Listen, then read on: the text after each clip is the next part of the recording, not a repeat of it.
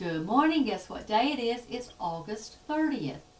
There are a couple of things going on today. It's National Beach Day and it's Slinky Day. So I want to give you a little bit of history about slinkies. In the early 1940s, a 25-year-old Navy engineer working in a shipyard was trying to create a meter that could observe the horsepower of battleships. The engineer, Richard James, used a variety of tension springs in his horsepower meter's design, but could never quite get it right. One day a spring dropped to the floor. James watched as this spring didn't just fall to the ground but continued moving. He told his wife Betty that he could probably fashion it into a toy. Eventually she found the perfect name while looking through the dictionary, and thus the Slinky was born.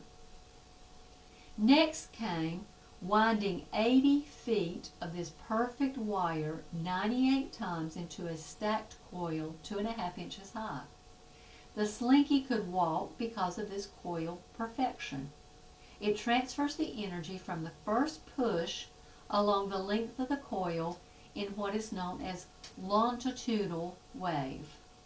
This is possible because there is no tension or compression. Once Richard James had perfected his design, he took out a loan for $500, which today would be about $7,000 to $8,000.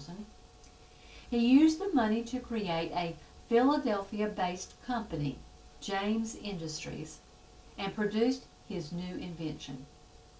With his company as backing, he was able to score shelf space in Philadelphia's famous Gimbel's department store.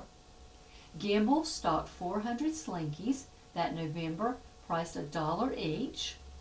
90 minutes later, all 400 were sold. They would go on to sell 20,000 before Christmas and over 250,000 throughout the following year. At the 2-year mark, 100 million. By the end of the 1950s, James, the inventor, did a 180. He abruptly left his company, wife, and children behind to move to Bolivia with a religious cult he became affiliated with. Little is known about this religious group. He funneled his company's money and fortune to the sect, leaving it and his family in financial turmoil and dying of a heart attack in 1974. Betty, however, his wife, was resilient. In 1963, she brought the Slinky to a New York toy show, complete with a catchy jingle to play on TV, and the toy resurged. By the end of the 1990s, the History and Discovery Channel named the Slinky one of the 20th century's top 10 toys. What a sad twist to that story about James. Makes me think of Judas. Judas was one of the 12 chosen disciples. Luke 6:12 through 16 says, "Now it came to pass in those days that he went out to the mountains to pray, and continued all night in prayer to God. And when it was day, he called his disciples to himself, and from them he chose 12, whom he also named apostles: Simon, whom he also named Peter, Andrew his brother, James and John, Philip and Bartholomew, Matthew and Thomas, James the son of Alphaeus, and Simon the Zealot, Judas the son of James, and Judas Iscariot, who also became a traitor." Judas was one of the 12, the inner circle of Jesus. He followed him. Judas even participated in ministry.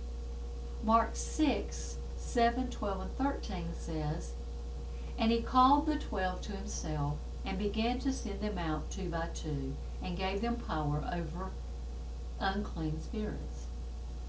So they went out and preached that people should repent. And they cast out many demons, and anointed with oil many who were sick, and healed them."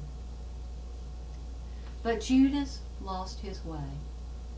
And today we must be careful to stay in the Word and as close to Jesus as we can, so we are not led astray.